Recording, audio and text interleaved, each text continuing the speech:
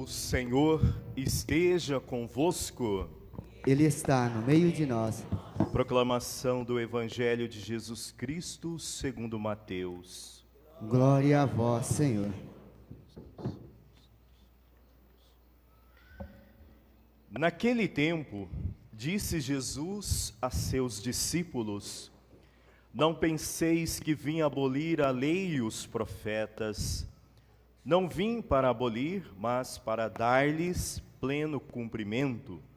Em verdade vos digo, antes que o céu e a terra deixem de existir, nenhuma só letra ou vírgula serão tiradas da lei, sem que tudo se cumpra. Portanto, quem desobedecer a um só destes mandamentos, por menor que seja, e ensinar os outros a fazerem o mesmo, será considerado o menor no reino dos céus. Porém, quem os praticar e ensinar, será considerado grande no reino dos céus. Porque eu vos digo, se a vossa justiça não for maior que a justiça dos mestres da lei e os fariseus, vós não entrareis no reino dos céus. Vós ouvistes o que foi dito aos antigos: não matarás. Quem matar será condenado pelo tribunal. Eu, porém, vos digo, todo aquele que se encoleriza com o seu irmão será réu em juízo. Quem disser ao seu irmão patife será condenado pelo tribunal. Quem chamar o irmão de tolo será condenado ao fogo do inferno. Portanto, quando tu estiveres levando a tua oferta para o altar, e aí te lembrares que teu irmão tem alguma coisa contra ti, deixa a tua oferta aí diante do altar, e vai primeiro reconciliar-te com o teu irmão. Só então vai apresentar a tua oferta. Procura reconciliar-te com o teu adversário, enquanto caminha contigo para o tribunal. Senão, o adversário te entregará ao juiz. O juiz te entregará ao oficial de justiça e tu serás jogado na prisão. Em verdade, eu te digo, daí não sairás, enquanto não pagares o último centavo. Ouvistes o que foi dito: não cometerás adultério. Eu, porém, vos digo, todo aquele que olhar para uma mulher com o desejo de possuí-la, já cometeu adultério com ela no seu coração. Se o teu olho direito é para ti ocasião de pecado, arranca-o e joga-o para longe de ti. De fato, é melhor perder um de teus membros do que todo o teu corpo ser jogado no inferno. Se a tua mão direita é para ti ocasião de pecado, corta-a e joga-a para longe de ti.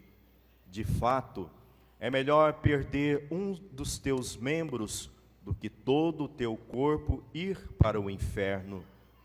Foi dito também: quem se divorciar de sua mulher, dê-lhe uma certidão de divórcio.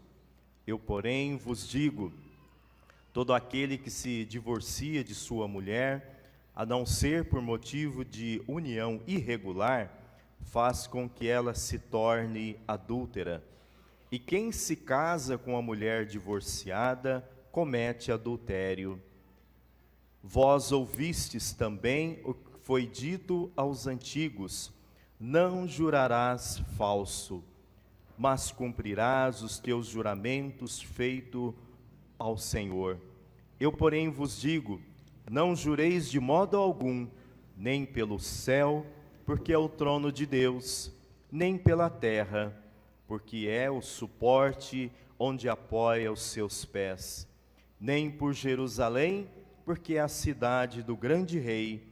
Não jures tampouco pela tua cabeça, porque tu não podes tornar branco ou preto um só fio de cabelo.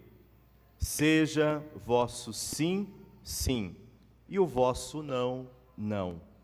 Tudo que for além disso vem do maligno. Palavra da salvação.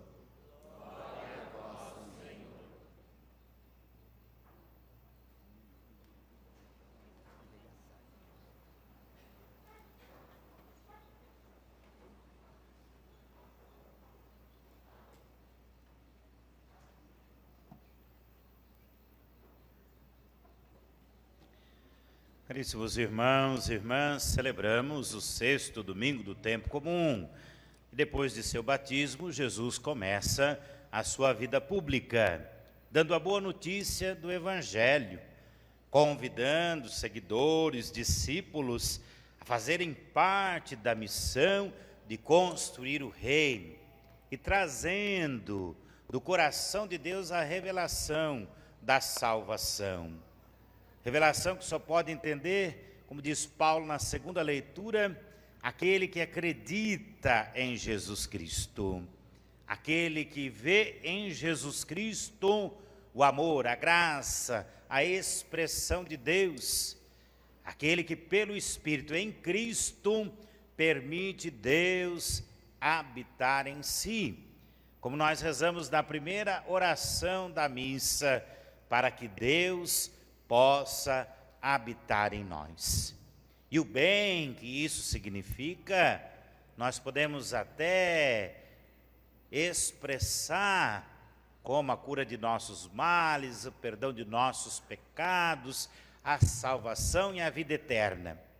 O que é difícil nós reconhecermos e expressarmos é o mal que acontece quando Deus não pode habitar no coração e na vida humana. Quando o Espírito de Deus não pode fazer do ser humano morada de Deus. Quando o Espírito de Deus não pode revelar a verdade do Evangelho nos corações humanos. Então, ao falar do reino, Jesus primeiro vai retomar tudo aquilo que Deus já havia ensinado ao povo de Israel. Porque quando nós lemos um evangelho um pouco mais exigente quanto o de hoje, nós já começamos a perceber que os mesmos problemas e as consequências do pecado que existiam antes de Jesus no Antigo Testamento, que existiam quando Jesus estava aqui, depois da ressurreição nas primeiras comunidades, são os problemas e consequências do pecado que existem até hoje e fazem muito mal à vida humana.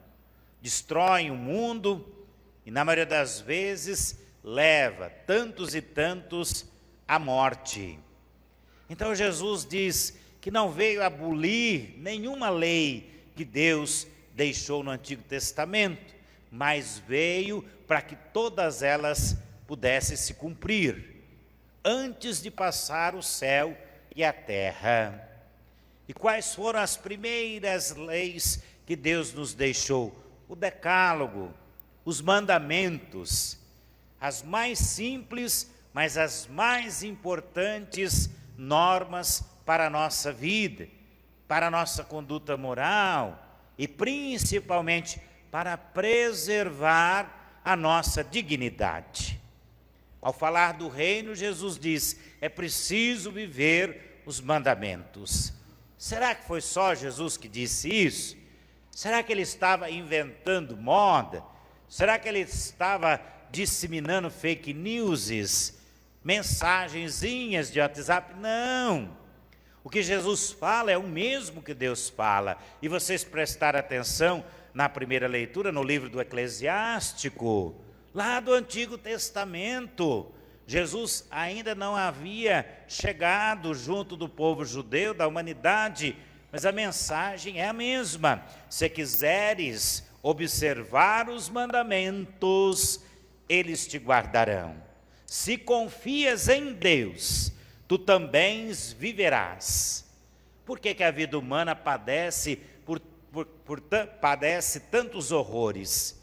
Porque nós nos esquecemos de observar os primeiros mandamentos e os mais significativos que Deus nos deixou. Amá-lo sobre todas as coisas, honrar o pai e a mãe, não matar. São coisas que fazem com que a minha vida seja preservada, a vida do outro seja preservada. Guarde os mandamentos inteiro, como o da Síria, em que o governo gasta milhões com a guerra e não foi capaz de preparar a população para aquela catástrofe prevista, que é sabido pela ciência que pode acontecer a qualquer momento. Quantas vidas poderiam ter sido salvas? Não matar é cuidar da vida em todos os seus sentidos.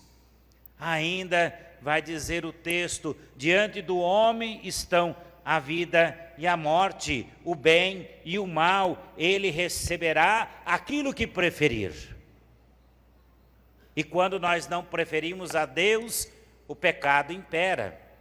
E como eu disse, a morte acontece na violência doméstica, na violência urbana, na violência rural, na floresta, nas guerras. Toda vez que uma vida é desperdiçada, é porque o ser humano escolheu a morte e não a Deus. Porque em Deus há tanta vida que mesmo depois da morte, nós ressuscitamos em Cristo para a eternidade. A sabedoria de Deus é imensa, Ele é o Todo-Poderoso. Nossos olhos devem se voltar para Deus, não para esse ou para aquele que nós elegemos, que nós escolhemos como ídolos. Eles não vão salvar a vida humana, é Deus quem nos salva. Ele conhece todas as obras dos homens e olha como a palavra é sábia. Deus nos dá liberdade, mas não nos permite pecar. Não mandou ninguém agir como ímpio e a ninguém deu licença de pecar.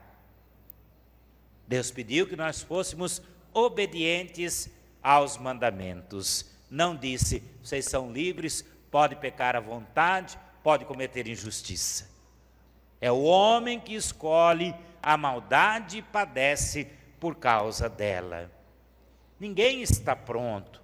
Todos nós temos a condição do pecado original, da desobediência, das nossas fraquezas e falhas. Mas olha a proposta de Deus, é sempre salvar. Quando termina a leitura, nós dizemos: palavra do Senhor, graças a Deus. Quando termina o Evangelho, palavra da salvação, glória a vós, Senhor. Em nenhuma leitura está escrito palavra de condenação. A partir de agora não tem mais jeito, todo mundo já está condenado. Não. E o convite do Salmo para a gente sair da realidade do pecado e de morte para a realidade de vida. Feliz o homem sem pecado no seu caminho, que na lei do Senhor Deus vai progredindo. Se não há felicidade é porque o homem e a mulher não estão no caminho de Deus. E o caminho não é estar santo, não é ser perfeito, é procurar a santidade, é procurar a perfeição. E se nós olhamos para o mandamento, nossa vida vai se transformando, vai se corrigindo, vai se curando, vai se libertando. Mas é a minha, a sua, e precisa ser a vida de todos os homens. E aí sim os homens e mulheres precisam escolher a Deus. Isso tem uma proporção na vida pessoal de cada um, mas também tem uma proporção comunitária, social, estrutural. E aí Paulo pega aquilo que o livro do Eclesiástico deixou para cada um em particular, deixou para todos, mas Paulo aplica à vida humana. Entre os perfeitos, nós falamos de sabedoria, não da sabedoria do mundo, nem da sabedoria dos poderosos deste mundo, que afinal estão voltados para a destruição. Os poderosos estão voltados para a destruição. Mudou alguma coisa a palavra de Deus? Não. Quem tem o poder na mão é capaz de fazer tanto bem, é capaz de instaurar tanta justiça, é capaz de reparar as desigualdades, é capaz de cuidar da natureza, da vida humana, mas não, o poder está sempre em função da ambição e da ganância. O poder destrói a natureza, mata os indígenas, assassina os fetos no ventre das mães violentadas, assassina os que precisam de saúde, morrem nas filas esperando atendimento, o remédio caro, a cirurgia, assassina o que quer trabalhar, mas não pode, a juventude que não tem capacitação, assassina o futuro dos nossos jovens, os inocentes na guerra, os inocentes nas catástrofes naturais. O poder humano, infelizmente, está a serviço da injustiça e da morte, e principalmente o poder dos grandes. E o texto bíblico de Paulo não está falando de partido, não está falando desse ou daquele político, não. Está falando dos grandes, que infelizmente brincam de ser Deus. Como eu disse alguns dias atrás, boca cheia de Deus, a mente cheia de Deus, as ideologias cheias de Deus, mas o coração e as ações longe de Deus. E se Deus não mora no coração e nas ações humanas, o que impera é a morte e a injustiça.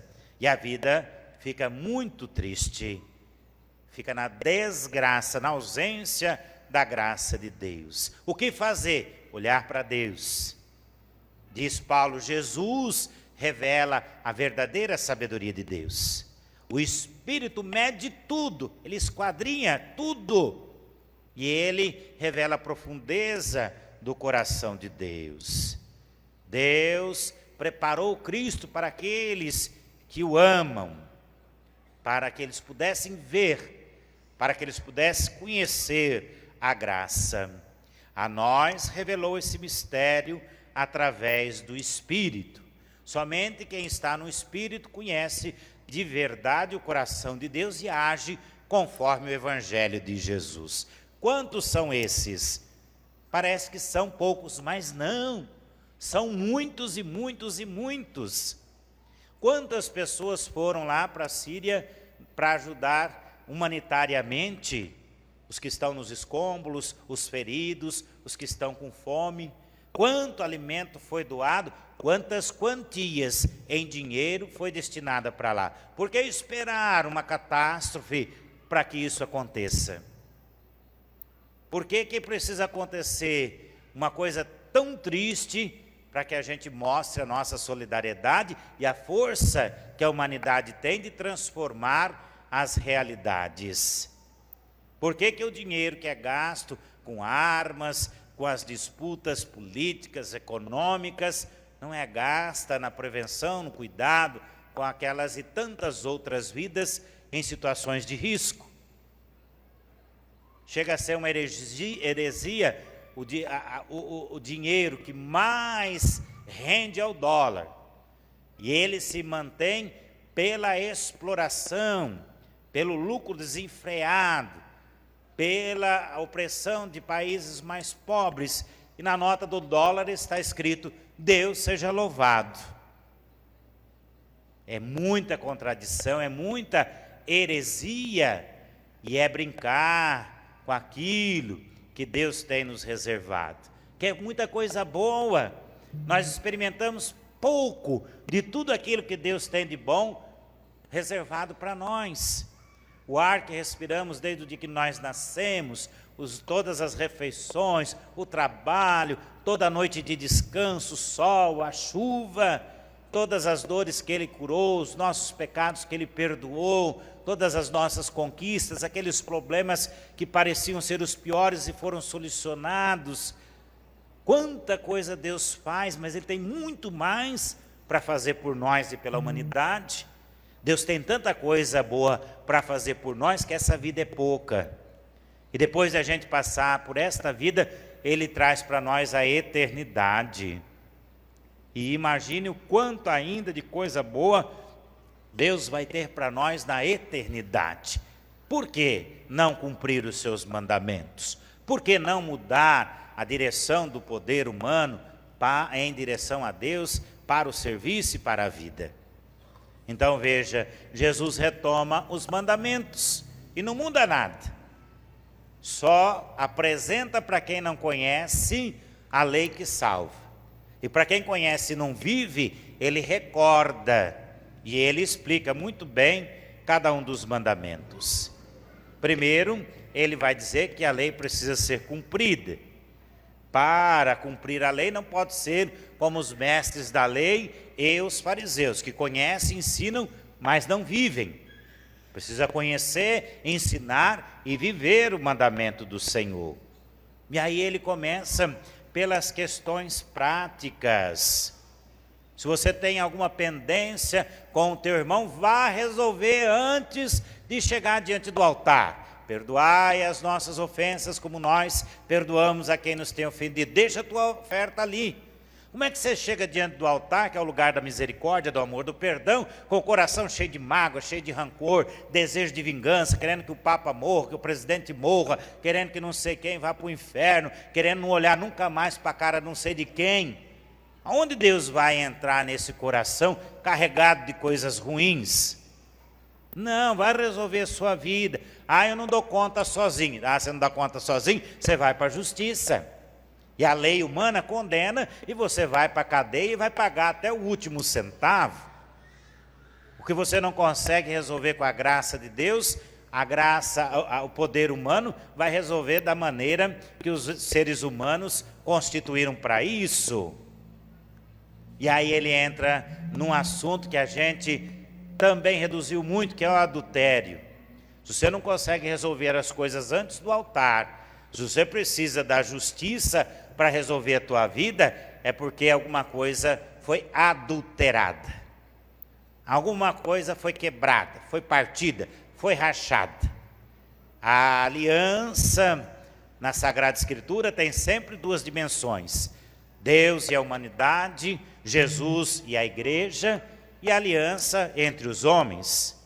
Se você não consegue cumprir a aliança que você assumiu com a tua esposa e com o teu esposo, como é que você vai viver a aliança com Deus, que é muito mais exigente? Adultério aqui não é traição. Adultério aqui é não corresponder e não viver a aliança de salvação com Deus. E aí é claro que você não vai conseguir nem sustentar o seu matrimônio.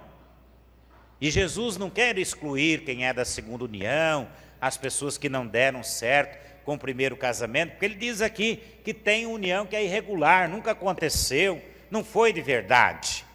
Jesus quer chamar a atenção para que a gente seja fiel, aliança com Deus e todas as outras alianças da nossa vida. Quem quebra a aliança, ele, ela, está todo mundo em adultério.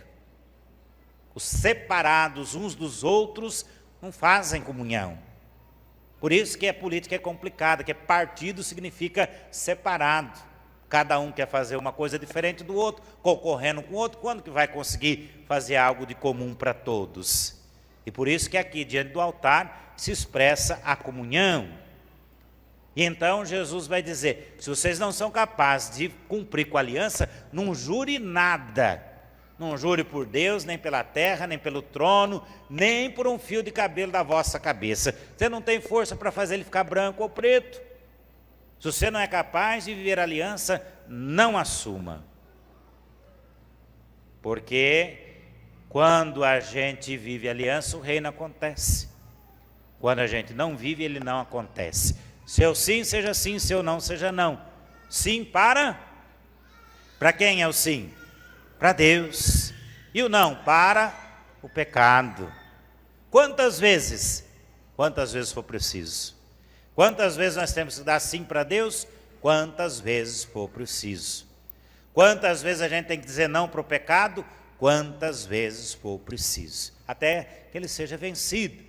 Como é que a gente diz sim para Deus e não para o pecado? Vivendo os mandamentos.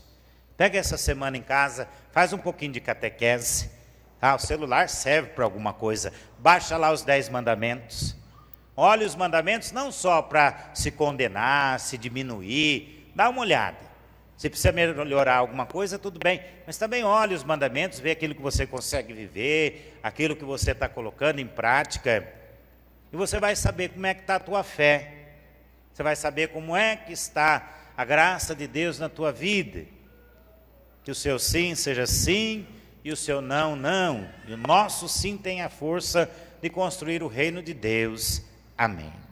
Creio em Deus Pai Todo-Poderoso, Criador do céu e da terra, e em Jesus Cristo, seu único Filho, nosso Senhor, que foi concebido pelo poder do Espírito Santo, nasceu da Virgem Maria, padeceu sobre Pôncio Pilatos, foi crucificado, morto e sepultado, desceu à mansão dos mortos, ressuscitou ao terceiro dia, subiu aos céus, está sentado à direita de Deus Pai Todo-Poderoso, donde há de vir a julgar os vivos e os mortos. Creio no Espírito Santo, na Santa Igreja Católica, na comunhão dos santos, na remissão dos pecados, na ressurreição da carne, na vida eterna. Amém.